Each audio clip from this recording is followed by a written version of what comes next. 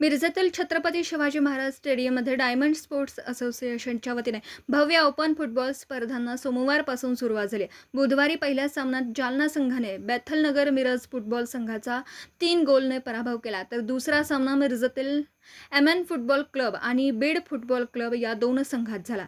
या सामन्यात एमएन मिरज संघाने बीड संघाचा 4-0 गोलने पराभव केला. मिरजात बऱ्याच कालावधीनंतर डायमंड स्पोर्ट्स क्लब मिरज यांच्या वतीने भव्य अशा ओपन फुटबॉल स्पर्धा घेण्यात आल्या.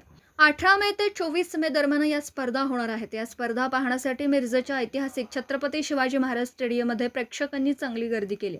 या स्पर्धेचे संयोजन डायमंड स्पोर्ट्स असोसिएशनचे अध्यक्ष शब्बीर शेख, सांगली जिल्हा फुटबॉल असोसिएशनचे सचिव आतिश अग्रवाल, रमेश माने, मुन्ना नायकावडी, पीटर शेख, अली शेख, अबीद शेख, फहीम शेख, सतीश शिकलगार, महबूब शेख, शहाबुद्दीन शेख, मलिक नायकवाडी, दिलावर नरवाडे, खलील शेख यांनी केला आहे. आज मिरज हा फुटबॉलच्या नावानं ओळखले जाते. आज चार वर्ष झालं आज मिरजत फुटबॉलचे सामने नाही.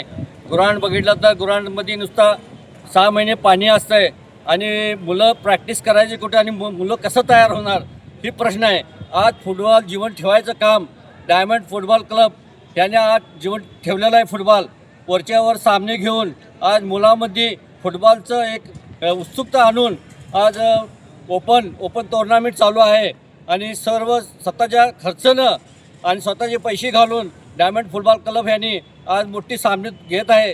तरी बी आज ह्या एवढे आमचे मिरजेते मोठे पुढारी झालेत. खरं फुटबॉलकडं कोणीसुद्धा अजूनपर्यंत लक्ष दिलं नाही, ग्राउंडकडे लक्ष दिलं नाही आणि फुटबॉल जीवन ठेवायचं काम केलं नाही. फुटबॉलमध्ये बरेच मुले तयार होऊन आज नॅशनल प्लेयर झाले, पोलीस झाले आणि मोठ्या गव्हर्नमेंटसोबत भरती झालीत. तरीसुद्धा आज फुटबॉल जेवण ठेवण्याचं काम डायमंड फुटबॉल क्लब यांनी ठेवलेलं आहे आणि आज मिरजेमध्ये फुटबॉलमुळे मुलांमध्ये भरपूर उत्सुकता आहे. त्याच्यावर मी या डायमंड फुटबॉल क्लबतर्फे अभिनंदन करतो.